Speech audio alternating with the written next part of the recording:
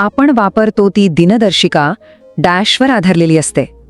काय वाटतंय, काय असेल या रिकाम्या जागी योग्य शब्द? थोडा विचार करा. ज्यांनी इसवी सणावर असं उत्तर दिलंय ते अगदी बरोबर आहे. आपण जी कॅलेंडर वापरतो ती इसवी सणावरच आधारलेली आहे, जी येशू ख्रिस्ताच्या जन्मापासून सुरू झाली असं मानलं जातं. चला, पुढचा प्रश्न. इसवी सणाची सुरुवात होण्यापूर्वीच्या काळाला डॅश डॅश असे म्हटले जाते. आठवून बघा, आपण नुकतंच यावर बोललो आहोत. आणि याचं बरोबर उत्तर आहे इसवी सन पूर्व. लक्षात ठेवण्यासाठी एक सोपी ट्रिक आहे. पूर्व म्हणजे आधी, म्हणून इसवी सणाच्या आधीचा काळ तो इसवी सन पूर्व. सोपा आहे की नाही? ओके, तिसरा प्रश्न.